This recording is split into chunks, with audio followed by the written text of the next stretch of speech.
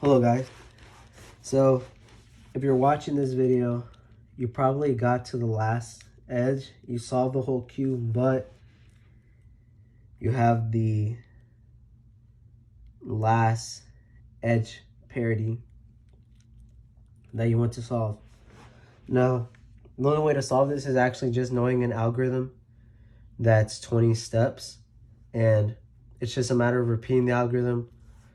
Not necessarily memorizing it, but keep executing it until it becomes second nature. And well, now I'm gonna go ahead and solve it for y'all. So we're gonna do this very slow. So the right wedge up 90 degrees, the top 180 degrees clockwise,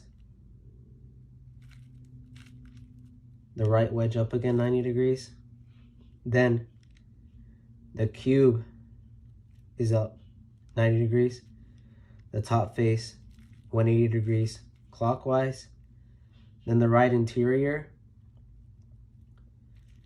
90 degrees up, then the cube 180 degrees clockwise, then the cube again down.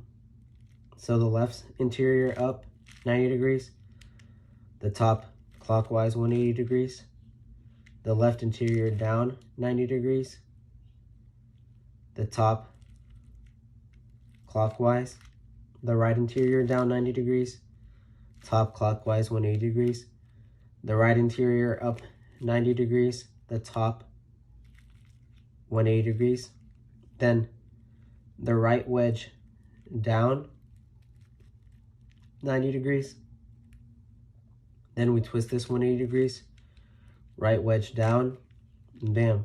That's how you get rid of the edge parity. And it's just a matter, that algorithm is really long, but it's just a matter of executing, repeating it, practicing it. And after that, you can solve any 4x4 or any even numbered cube, because this appears on every even numbered cube. All right, thank you guys. Please like and subscribe. I'll be posting more content. All right, see you guys.